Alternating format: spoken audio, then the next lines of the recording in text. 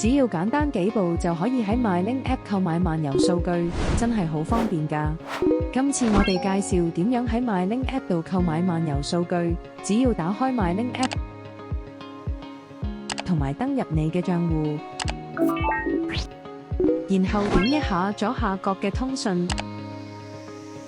拉落少少，揾到國際漫遊，點擊更多，跟住選擇要去旅遊嘅地區。例如中國內地，呢度你可以睇到適用於所有中國內地嘅數據漫遊套餐，請根據你自己嘅需要嚟選擇套餐，然後進入到套餐詳情頁面，根據產品介紹選擇返要漫遊嘅日數，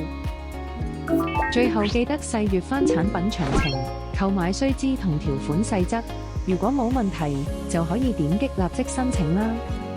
最後提你，完成申請後到達當地，記得打開手機數據漫遊設定，服務就會自動啟用㗎啦。係咪好方便呢？如果日後需要購買漫遊數據，就記得使用 MyLink App 開通啦。